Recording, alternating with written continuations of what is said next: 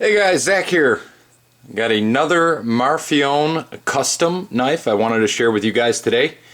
I wanted to get this one up on camera because I'm not sure that I'm going to be able to afford to keep it. I got some other custom orders coming in. But regardless, I wanted to get it on camera and share some of the details. So what we're looking at here is the full-size Microtech Marfione Custom Matrix. Just a brief overview of the knife. This particular knife is about a 3 3/4 inch blade. Let's actually get the actual dimensions here for you. So you're looking at about a 3 3/4 inch blade, almost a 4-inch blade, and the overall length all the way to that skull crusher there. You're at about 9.5 inches overall length in this thing. So it is a beefy, not beefy, maybe that's the wrong thing to say, but it is a large knife. It has a hand satin finished L-Max blade. I'm getting a little bit of reflection there from my light. That's just how fine that blade is. Take a look at that blade. That satin finish is just, it's on par with a lot of the great makers who do satin finishes that I've seen or that I've owned. Beautiful, beautiful blade profile. The grinds are impeccable. This little swedge here at the top is really also, let's see if we can get this thing to even focus. Look at how fantastic and fine that work is there. Very nice, very nicely done, coming out of the Marfione custom shop. Now this is the first satin blade that I've owned from the Marfione customs. In fact, I only have this one other one that I had on camera, this sigil. But I gotta say, I was kind of blown away by that satin. It has a carbon fiber handle on both sides, beautifully milled. You can get a look there of it. Of course, it's got Microtech's proprietary hardware, which if you've watched any of my videos, you know I have kind of a love-hate with that. Being able to take the knives apart and warranty being voided and yada yada yada, on and on. But check out that pivot. The center of the pivot is sort of a matte finish, and then the outer ring has been polished. You can get that on camera. Just absolutely gorgeous. You can see the same on the other side of the pivot as well. It's got kind of that Microtech subframe lock design there. Lock bar insert. Nicely done fold over clip. Carries somewhat deep in the pocket. It's not too bad. It's pretty easy to get this thing out of the pocket. The lanyard loop here makes an easy extraction point when you're trying to pull it out of your pocket. And then of course you've got this quite large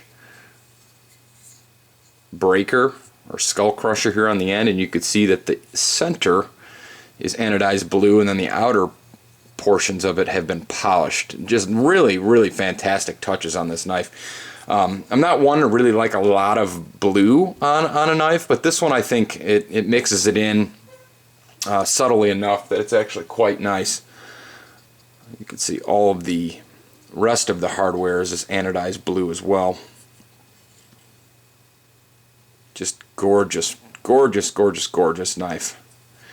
Let's take a look at the back spacer.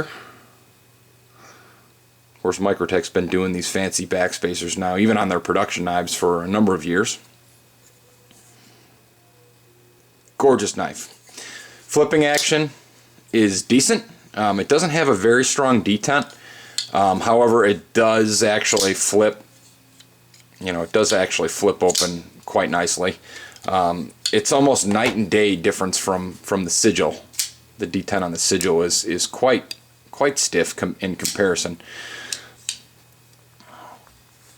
I think some of that is just how large the blade is and how long this actual subframe lock piece is, how much tension you can get to get this type of a design to put on the blade for detent. Flips open very nicely. Regardless, rides on Microtech's bearing system. Let's take a look at the profile this way. She's so fine, she's hard to focus on even. Nicely done jimping there on the top of the blade. A nice little scoop just past the jimping as well, so when the knife is open, if you choke up on it, your thumb just kind of slides into that upper part of the blade there on the top of the spine, and it is really quite comfortable. Take a look at it in hand. Now, one of the reasons why I might be letting this one go, one of course, I need the money for other things, and it is such a fine, refined knife that usually doesn't fall within my taste, because I'm usually too scared to carry them because I don't want to put a scratch in this beautiful blade. But if you look at the handle, look at just how big this thing is. And I wear a large glove. You've got this much of the handle sticking out, which is great. I mean, you get perfect purchase on the knife, and it fills the hand really nicely for any kind of use. But man, it is just a big girl. It wouldn't be actually too bad size-wise if it didn't have this this rather large breaker on here. And I one of the things that actually drew me to this knife was this breaker itself, because it's so well done. I mean, look at it. It's got those holes milled through there. It's polished. It's got the blue ano. But in the same sense, it's so big. It sticks out so far from the back of the knife. Let's take a look here. You're talking about 3/4 of an inch, oops, of this breaker sticks off the back of this knife. Now, I carried this a couple times, just a couple times, to see how it would carry. And I didn't find that this was poking me in the hip or anything like that. I didn't really have any issue with it. But, I mean, it is huge. It is just a huge pointy piece sticking out of your pocket. So your mileage might vary on that. I don't think all of the custom Matrix versions have quite this big of a breaker, but a lot of the newer ones I've seen, a lot of the newer generation of these have had a fairly large breaker on them, and you can see that this one here is August 2015. So this is a fairly new model. I got this from Hologrind. Just going to throw a quick shout out to Hologrind. They have fantastic prices on Microtechs and Medfords and Emersons and a few other, a few of the other big brands out there. Just great guys to do business with. They sent me a whole bunch of little knickknacks and extras with the purchase. They sent me a nice little pouch, little Hologrind pouch with a little, kind of Swiss Army style multi-tool along with it. Of course, with this knife, you're going to get the Marfione custom padded pouch, the dagger patch, the dagger pull, zipper pull, as well as an inner pouch that comes along with it. Just a fantastic presentation, as we've covered in my sigil video. But I just kind of wanted to get this guy on camera and show off some of the details for it, just because I don't know if it will be staying in my collection. I do have it up for sale currently. One of the points with Microtech knives are these are already, and I've mentioned this before, priced at kind of the peak of the market. So generally speaking, you're not going to get any more for this knife, at least right now, than what you paid for it. In fact, the way the market is lately, with a lot of the shows still going on, a New York show coming up, in order to move a knife like this, you're going to have to take a little bit of a loss on it to actually sell it.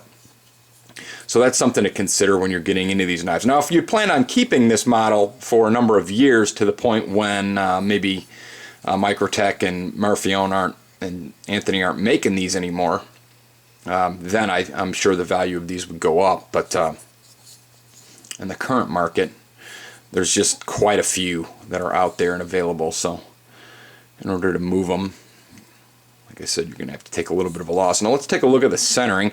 This was kind of one of the things that I wasn't really too sure about, or not necessarily sure about, but surprised by, is just how far that blade sits down into the handle.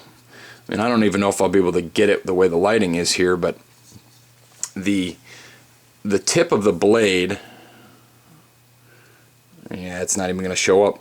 You could see there, it sits quite deep into the handle. It is dead nuts perfectly centered. Of course, you're not going to be able to see that on the camera because it's dark down in there, but it sits quite deeply into the handle. give you guys an overall look. This is going to be a fairly short video compared to some of my recent ones, but really a gorgeous knife. I really wish I could afford to keep it. I wish I could afford to keep almost everything that I buy.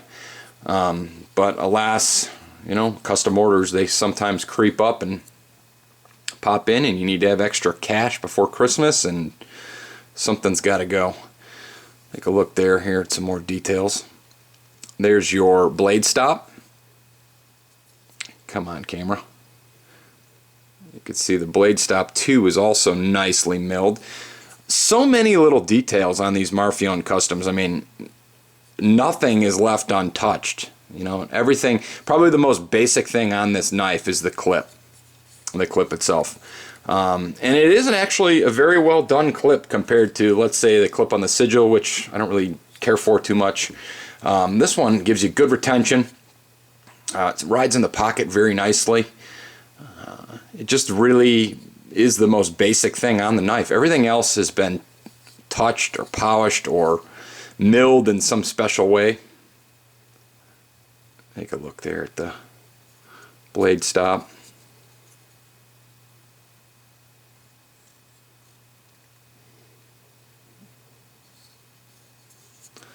Beautiful piece. Beautiful piece. Wish I could keep it. If any of you guys are actually interested in this, I do have it for sale. I am selling it for less than I paid.